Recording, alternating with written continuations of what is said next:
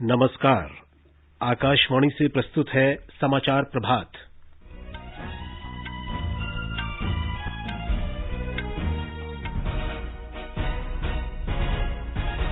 प्रधानमंत्री नरेंद्र मोदी आज शाम स्मार्ट इंडिया हैकाथॉन को संबोधित करेंगे।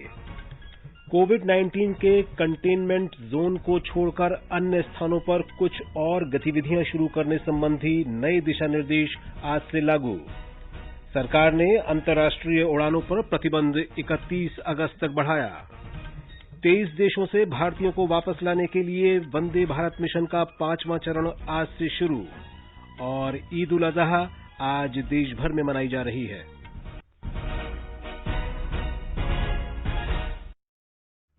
समाचार प्रभात के इस अंक में अपने सहयोगी सिद्धार्थ सिंह के साथ मैं विशाल शर्मा। प्रधानमंत्री नरेंद्र मोदी आज शाम 4:30 बजे अखिल भारतीय तकनीकी शिक्षा परिषद के स्मार्ट इंडिया हैकाथॉन को संबोधित करेंगे। इस अवसर पर वे विद्यार्थियों से बातचीत भी करेंगे।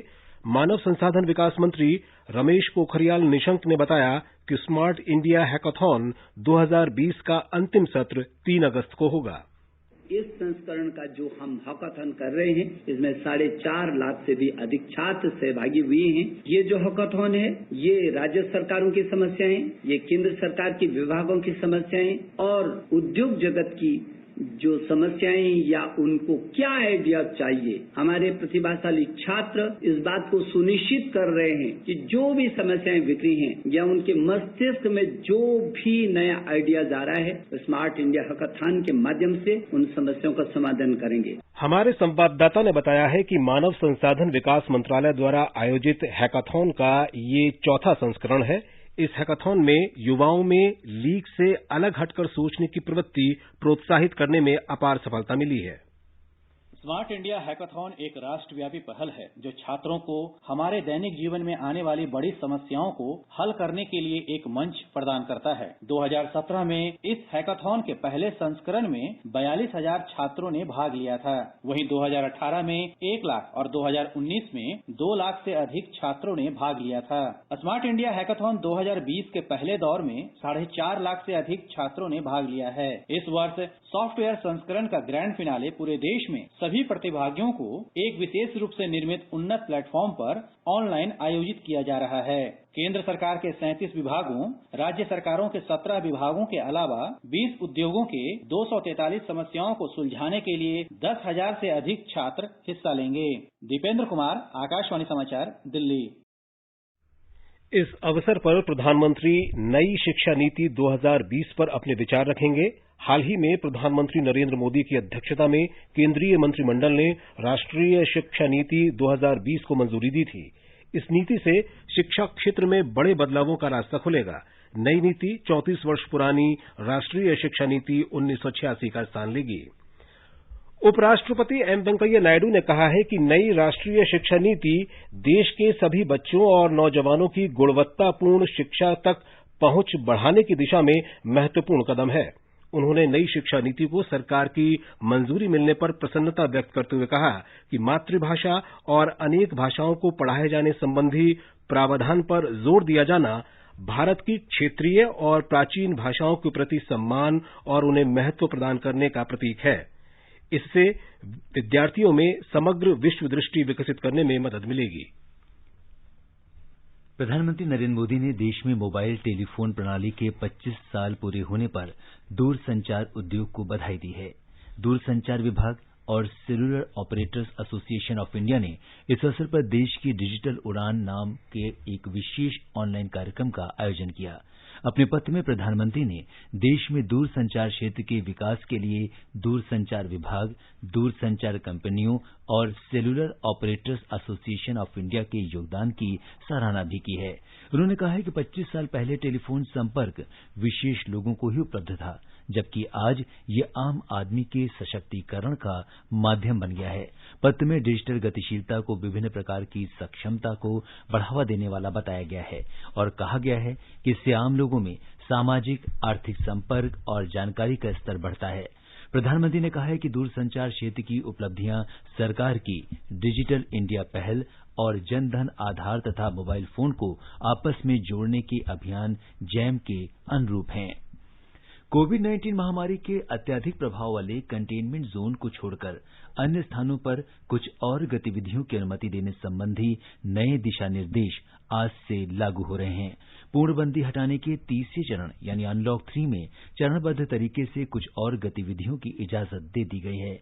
गृह मंत्रालय ने इस बारे में नए दिशा निर्देश बुधवार को जारी किए थे, जो राज्यों और केंद्र शासित प्रदेशों से प्राप्त जानकारी तथा संबंधित केंद्रीय मंत्रालयों और विभागों के साथ व्यापक परामर्श से तैयार किए गए हैं। एक रिपोर्ट। नए दिशा निर्देशों के तहत रात में बाहर निकलने पर लगी पाबंदी हटा दी गई है। इस महीने की 5 तारीख से जिम और योग संस्थानों को खोलने की इजाजत भी दी गई है। सोशल डिस्टेंसिंग और स्वास्थ्य संबंधी निर्देशों का पालन करते हुए स्वतंत्रता दिवस कार्यक्रम आयोजित किए जा सकेंगे। स्कूल, कॉलेज और कोचिंग संस्थानों को 31 अगस्त तक बंद रखा गया है। वंदे भारत मिशन के तहत सीमित रूप से अंतर्राष्ट्रीय हवाई यात्रा की इजाजत भी दी गई है। मेट्रो रेल, सिनेमाघर, स्विमिंग पूल, मनोरंजन पार्क और बार को खोलने की अनुमति नहीं होगी। इसके अलावा ऐसे सामाजिक, राजनीतिक, खेल, मनोरंजन, अकादमिक, सांस्कृतिक, धार्मिक और अन्य कार्यक्रमों पर पाबंदी होगी जहां भीड़ जमा होती है। सुपर्णा के साथ आनंद चतुर्वेदी, आकाशवाणी समाचार, दिल्ली। कंटेनमेंट जोन में होने वाली गतिविधियों की राज्यों और केंद्र शासित प्रदेशों के अधिकारियों द्वारा कड़ी निगरानी की जाएगी और महामारी को ध्यान में रखते हुए लगाई गई पाबंदियों पर कड़ाई से अमल किया जाएगा। स्वास्थ्य मंत्रालय कंटेनमेंट जोन के सही तरीके से निर्धारण और राज्यों तथा केंद्र शासित प्रदेशों द्वारा रोकथाम के उपायों की निगरानी करेगा। राज्य और केंद्र शासित प्रदेश स्थिति के आकलन के आधार पर कंटेनमेंट जोन से बाहर भी कुछ गतिविधियों पर रोक या ऐसी पाबंदियां लगा सकते हैं जो वे जरूरी समझते हैं, लेकिन एक राज्य से दूसरे राज्य में या एक ही राज्य के भीतर लोगों या सामान के आने जाने पर कोई रोक नहीं होगी। केंद्रीय स्वास्थ्य मंत्री डॉक्टर हर्षवर्धन ने भारत में 10 लाख से अधिक कोविड मरीजों के स्वस्थ होने को एक बड़ी उपलब्धि कहा है। नई दिल्ली में कल कोविड पर उच्च स्तरीय मंत्री समूह की 19वीं बैठक में डॉक्टर हर्षवर्धन ने बताया कि भारत में स्वस्थ होने की दर 64.54% है। संक्रमित लोगों की संख्या सिर्फ 33.27% है। उन्होंने कहा कि भारत में संक्रमण से मृत्यु दर 2.18% रही है। भारत दुनिया में सबसे कम मृत्यु दर वाले देशों में शामिल है। दिल्ली में कोविड संक्रमित मरीजों के स्वस्थ होने की दर में और सुधार आया है और ये 89.18% हो गई है। देश में संक्रमण से स्वस्थ होने की दर दिल्ली में सबसे अधिक है। पिछले 24 घंटों में राजधानी दिल्ली में 1206 मरीज स्वस्थ हुए, जिससे अब तक स्वस्थ हुए मरीजों की संख्या 1,20,930 हो गई है। पिछले 24 घंटों में कोरोना वायरस के 1,195 नए मामले सामने आए हैं, जिससे कुल कोविड संक्रमितों की संख्या 1,35,598 हो गई है। दिल्ली के उपराज्यपाल अनिल बैजल ने अनलॉक किए जाने के तीसरे चरण में होटलों और साप्ताहिक बाजार खोलने के दिल्ली सरकार के फैसले को खारिज कर दिया है। एक अधिकारी ने बताया कि इस मामले में मुख्यमंत्री अरविंद केजरीवाल के साथ चर्चा हुई और ये तय किया गया कि स्थिति में सुधार के बावजूद महामारी का खतरा बना हुआ है, इसलिए सतर्क रहने की आवश्यकता है। रेहड़ी पटरी वालों को आज से लंबे समय तक काम करने की अनुमति देने का प्रस्ताव मंजूर कर लिया गया है, लेकिन होटलों और आतिथ्य सेवाओं तथा साप्ताहिक बाजार खोलने का प्रस्ताव फिलहाल टाल दिया गया है। राज्य आपदा प्रबंधन प्राधिकरण बाद में इसकी समीक्षा करेगा। बिहार विधानसभा के 3 अगस्त से शुरू होने वाले 4 दिन के मानसून सत्र को कोरोना महामारी को ध्यान में रखते हुए केवल 1 दिन का कर दिया गया है। विधानसभा अध्यक्ष विजय कुमार चौधरी की अध्यक्षता में सर्वदलीय बैठक में इसका फैसला किया गया। इस बीच बिहार में कोविड-19 के संक्रमण की पुष्टि वाले रोगियों की संख्या 50,987 हो गई है। पिछले 24 घंटों में ऐसे 2,986 नए मामले सामने आए हैं। ब्यौरा हमारे संवाददाता से।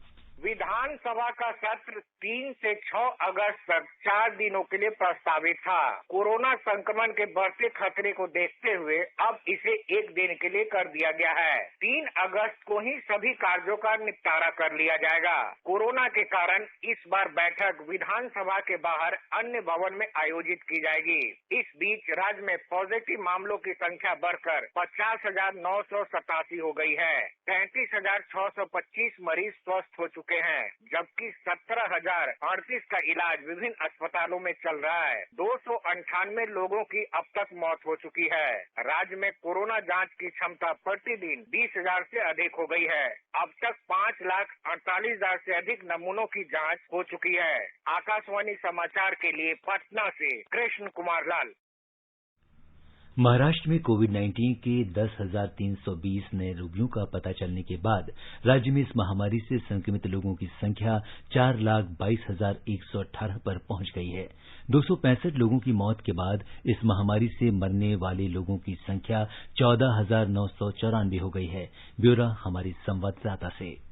महाराष्ट्र राज्य के स्वास्थ्य विभाग ने कहा है कि महाराष्ट्र में अब तक कुल 2,56,158 कोरोना वायरस मरीजों को स्वस्थ होने पर छुट्टी दे दी गई है। राज्य की रिकवरी दर फिलहाल 60.68% है, जबकि मृत्यु दर 3.55% है। राज्य में अब तक 21,30,098 लोगों का परीक्षण किया गया है, जिनमें से 1,50,966 लोग कोरोना वायरस बाधित है। मुंबई में 1100 नए मामलों के साथ कोरोना वायरस मरीजों की संख्या बढ़कर 1,14,287 हो गई है। वहीं अन्य 53 मरीजों की मौत के साथ मरने वालों की कुल संख्या 6,350 तक पहुंच गई है। नगर निगम द्वारा प्राप्त जानकारी के अनुसार कुल 1,14,287 मरीजों में से 87,074 मरीज कोरोना वायरस संक्रमण से उबर चुके हैं। माधुरी पांगे, आकाशवाणी समाचार, मुंबई। गुजरात में पिछले 24 घंटों में कोविड-19 के 1,153 नए मामले सामने आने के बाद राज्य में इस महामारी से संक्रमित लोगों की संख्या 61,000 के पार हो गई है। ब्यौरा हमारे संवाददाता से। राज्य में कोविड-19 के सबसे अधिक मामले कल भी सूरत जिले से ही दर्ज हुए। जिले में कुल 289 मामले सामने आए। और जिले में कोविड-19 से ठीक होने वाले मरीजों की संख्या भी लगातार बढ़ रही है। कल पूरे राज्य से 833 रोगियों को इलाज के बाद अस्पताल से छुट्टी दे दी गई, जिनमें से 189 रोगी अकेले सूरत जिले में से थे। पूरे राज्य में प्रतिदिन 700 से 800 रोगी कोरोना वायरस से पूरी तरह से ठीक हो रहे हैं, जिससे राज्य में कोविड-19 के रोगियों की ठीक होने की दर अब 73% हो गई है। राज्य में दैनिक परीक्षणों की संख्या भी निरंतर बढ़ाई जा रही है। कल पूरे दिन में पूरे राज्य में 26,000 नमूनों का परीक्षण किया गया। अपर्णा खून, आकाशवाणी समाचार, अहमदाबाद। कर्नाटक में कल कोविड-19 के 5,483 नए मामले सामने आए। इनमें से 2,220 केवल बंगलुरु से हैं। राज्य में अभी 71,968 रोगियों का उपचार चल रहा है। कर्नाटक के स्वास्थ्य और परिवार कल्याण विभाग के अनुसार राज्य में कोरोना वायरस से संक्रमित मरीजों की कुल संख्या 1,24,115 हो गई है। कल कोरोना से 84 लोगों की मृत्यु के साथ कुल 2,314 लोगों की अब तक मौत हो चुकी है। राज्य में मृत्यु दर 1.86% है। 609 कोविड मरीजों का सघन चिकित्सा कक्ष में इलाज चल रहा है, जिनमें से 336 केवल बेंगलुरु से हैं। तमिलनाडु में आयुर्वेद पद्धति को कोविड-19 के नैदानिक प्रबंधन का हिस्सा बना दिया गया है। इसे कोविड संक्रमण से बचाव की प्रतिरक्षा प्रणाली के रूप में प्रोत्साहन दिया जा रहा है। इस बीच राज्य में कल 5,800 से अधिक नए मामलों के साथ कोविड-19 संक्रमितों की कुल संख्या 2,45,000 के पार पहुंच गई। ब्यौरा हमारी संवाददाता से।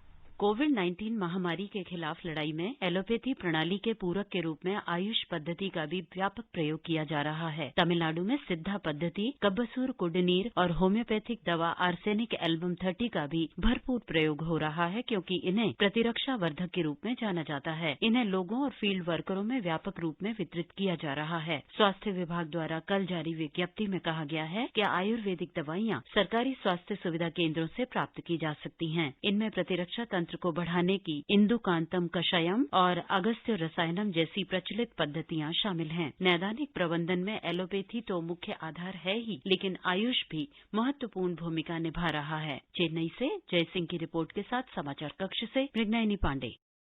कोरोना संक्रमण से बचाव ही सुरक्षा है और बचाव के लिए हर वक्त मास्क लगाना बहुत जरूरी है। प्रधानमंत्री नरेंद्र मोदी ने भी लगातार आम लोगों से मास्क लगाने और परस्पर दूरी का पालन करने की अपील की है।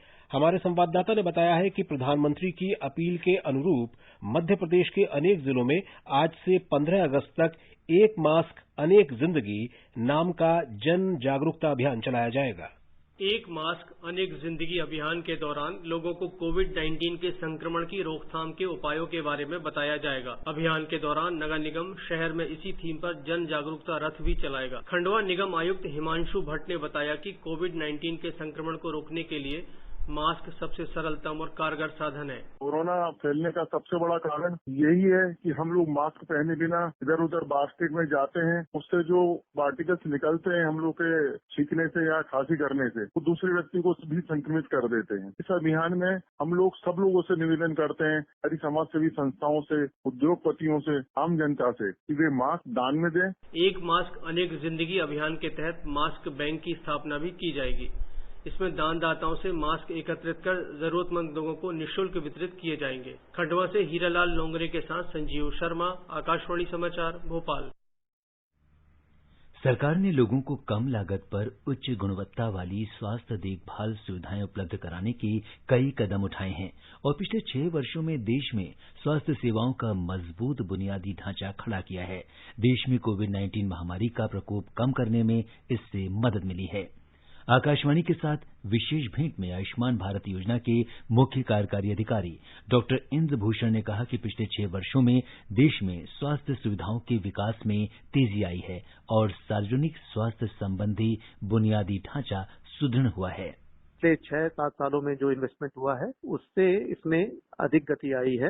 आयुष्मान भारत में जो health and wellness centre 1.5 lakh health and wellness centre create किए जा रहे हैं, तो जो हमारा प्राइमरी हेल्थ केयर है को बढ़ावा मिलेगा। उसके अतिरिक्त जिला स्तर पर काफी काम हो रहा है, जो डिस्ट्रिक्ट हॉस्पिटल्स है उनको स्ट्रेंथन कर रहे हैं और हर एक जिले में मेडिकल एजुकेशन के लिए कॉलेज बन रहे हैं। उससे जो हमारे स्वास्थ्य क्षेत्र की पहुंच है वो अधिक होगी। साथ ही साथ प्राइवेट सेक्टर, निजी क्षेत्र के जो अस्पताल हैं उनमें भी इन्वेस्टमेंट के लिए इंसेंटिव दिए जा रहे हैं, जिससे कि जो कि पूरी की पूरी पहुंच है पब्लिक और प्राइवेट के माध्यम से उसको गति मिलेगी।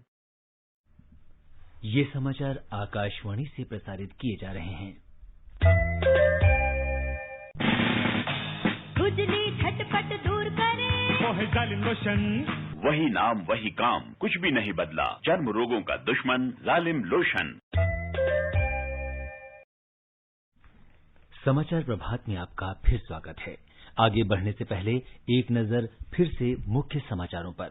प्रधानमंत्री नरेंद्र मोदी आज शाम स्मार्ट इंडिया हैकाथॉन को संबोधित करेंगे। कोविड-19 के कंटेनमेंट जोन को छोड़कर अन्य स्थानों पर कुछ और गतिविधियां शुरू करने संबंधी नए दिशा निर्देश आज से लागू। सरकार ने अंतर्राष्ट्रीय उड़ानों पर प्रतिबंध 31 अगस्त तक बढ़ाया। 23 देशों से भारतीयों को वापस लाने के लिए वंदे भारत मिशन का 5वां चरण आज से शुरू और ईद उल अजहा आज देश भर में मनाई जा रही है। कोरोना वायरस महामारी को ध्यान में रखते हुए सरकार ने अंतर्राष्ट्रीय उड़ानों पर प्रतिबंध 31 अगस्त तक के लिए बढ़ा दिया है। ये प्रतिबंध माल ढुलाई के लिए संचालित की जाने वाली उड़ानों और नागर विमानन महानिदेशालय द्वारा विशेष रूप से स्वीकृत उड़ानों पर लागू नहीं होगा। महामारी के दौर में यात्रियों को धीरे धीरे आवागमन की सुविधा प्रदान करने के प्रयासों के तहत अमेरिका, फ्रांस और जर्मनी के साथ सीमित संख्या में विशेष विमान सेवा चलाने के लिए ट्रांसपोर्ट बबल नाम के समझौते पर हस्ताक्षर किए गए हैं। इस तरह के दोतरफा समझौतों में दोनों देशों के बीच कुछ शर्तों के साथ विमान सेवाएं संचालित करने की इजाजत दी जाती है। कोरोना महामारी के कारण भारत से और भारत के लिए अंतर्राष्ट्रीय उड़ानें 23 मार्च से ही बंद हैं। विदेशों में फंसे भारतीयों को वापस लाने के अभियान वंदे भारत मिशन का 5वां चरण आज से आरंभ हो रहा है, जो 31 अगस्त तक चलेगा।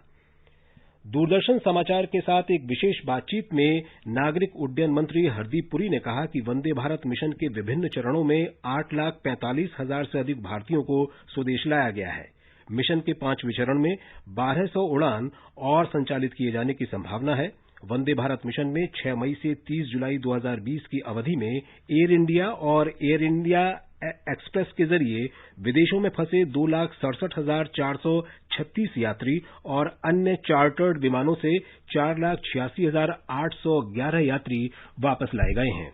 विदेश मंत्रालय ने कहा है कि इस चरण में जिन देशों के भारतीयों को वापस लाया जाएगा उनमें खाड़ी सहयोग परिषद के देशों के अलावा America, Canada, Britain, Germany, France, Australia, New Zealand, Malaysia, Philippines, Singapore, Bangladesh, Myanmar, Thailand, चीन, इजरायल, यूक्रेन और किर्गिस्तान शामिल हैं। इन उड़ानों से देश भर के 21 हवाई अड्डों पर विदेश में फंसे लगभग 1,30,000 भारतीयों को लाया जाएगा। केंद्रीय मंत्री प्रकाश जावड़ेकर ने कहा है कि वे अभिनेता सुशांत सिंह राजपूत की मृत्यु के मामले में स्वतंत्र और निष्पक्ष जांच की अपेक्षा करते हैं ताकि सच्चाई सामने आ सके।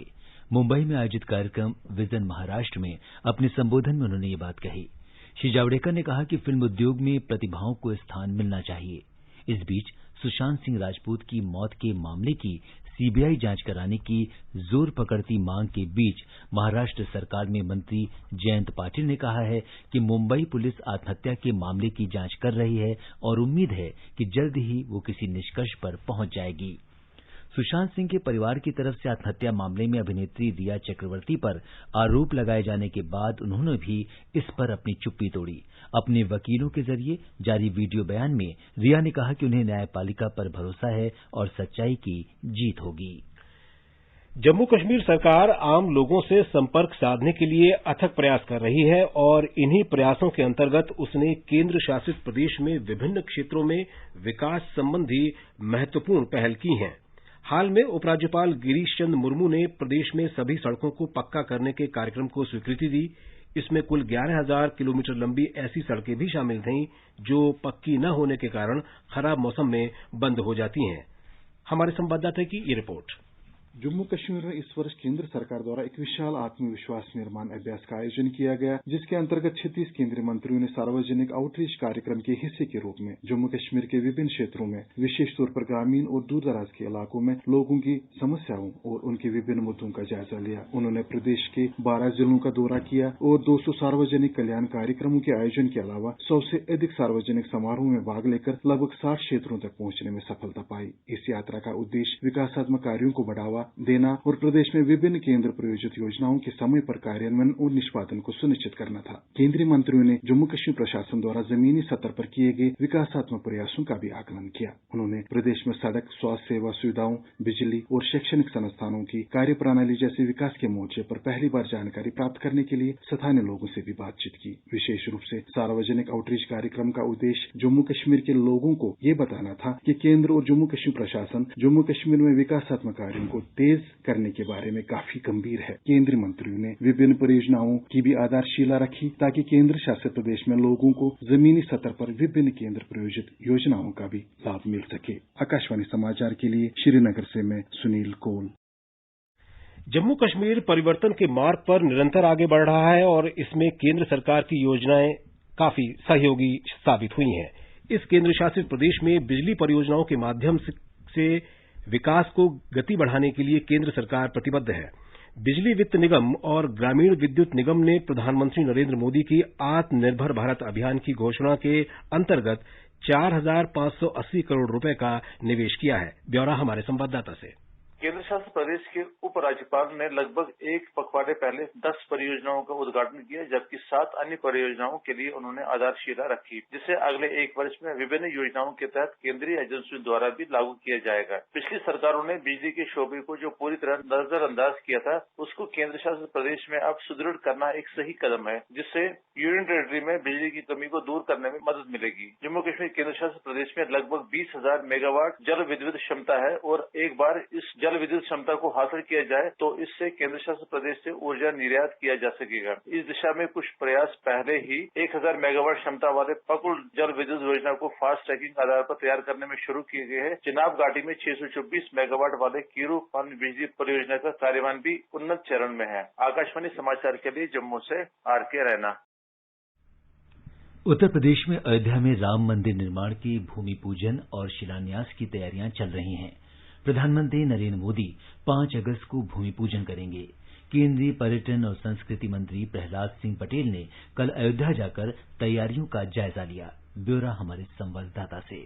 डॉक्टर राम मनोहर लोहिया अवध विश्वविद्यालय के छात्रों और स्वयंसेवकों को राम जन्मभूमि परिसर और राम की पैड़ी सहित अयोध्या में 25 स्थानों पर विशेष साज सज्जा का काम सौंपा गया है। 200 से ज्यादा कला के काम में पारंगत छात्र रंगोली और दीपमाला बनाने के काम में जुटे हुए हैं। विश्वविद्यालय के प्रोफेसर मनोज दीक्षित ने आकाशवाणी के साथ बातचीत में बताया, ये एक बहुत विशिष्ट प्रयास है और इसमें जिम्मेदारियां सभी लोगों को वितरित की गई हैं। विश्वविद्यालय की जिम्मेदारी 2 चीजों को लेकर आई है। एक तो विभिन्न स्थानों पर रंगोलियों का निर्माण करना और खासतौर से उस मार्ग पर और उस स्थान पर करना जहां पर माननीय प्रधानमंत्री जी का आगमन होना है। और दूसरा, विभिन्न स्थानों पर अभी तक लगभग 25 स्थान प्रारंभ में चयनित हुए थे, कुछ स्थान और भी बढ़े हैं, विशेष रूप से राम की पैड़ी भी बढ़ी है। इन स्थान पर हमको दीपोत्सव आयोजित करना है। वॉलंटियर्स की संख्या को सीमित रखना है क्योंकि सोशल डिस्टेंसिंग संबंधी, स्वास्थ्य संबंधी सारे मानकों का भी अनुपालन करना है। जो हम राम जन्मभूमि परिसर और राम की पैड़ी पर जो कार्य कर रहे हैं दीपोत्सव को,